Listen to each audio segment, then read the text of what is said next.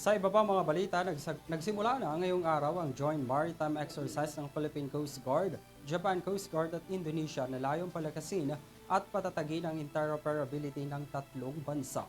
Lalahok ang BRP Gabriela silang ng PCG sa naturang pagsasanay. Narito po ang aking report.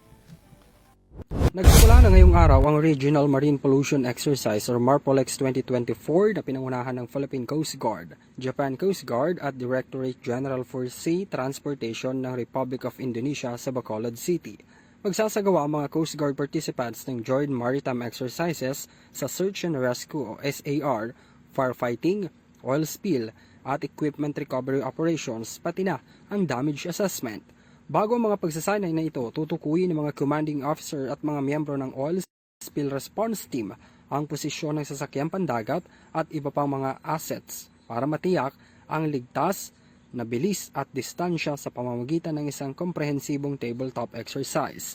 Ang Binayal MARPOLEX ay isang pagpapatupad ng 1981 Sulawesi Sea Oil Spill Response Network Plan Agreement. Ang Regional MARPOLEX 2024 ay ang ika-23 pagsasagawa ng nasabing maritime exercise mula nang itatag ito noong 1986. Ang PCG at DGST ay magpapanatili ng isang matibay na kasunduan sa pangkapatira na magtataguyod ng multilateral na kooperasyon at pagtutulungang pagsisikap tungo sa pagtugon sa malalaking spillage sa rehiyon ng Asia. Samantala, sinusuportahan ng JCG ang inisyatiba na nagpapahusay sa kahandaan at kakayahan sa pagpapatakbo ng Pilipinas at Indonesia para sa mga insidente ng oil spill.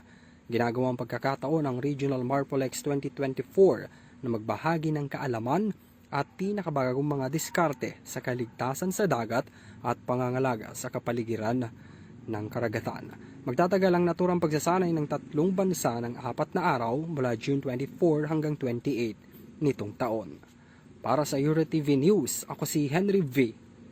Nicolas, sumasaludo sa bawat Pilipino.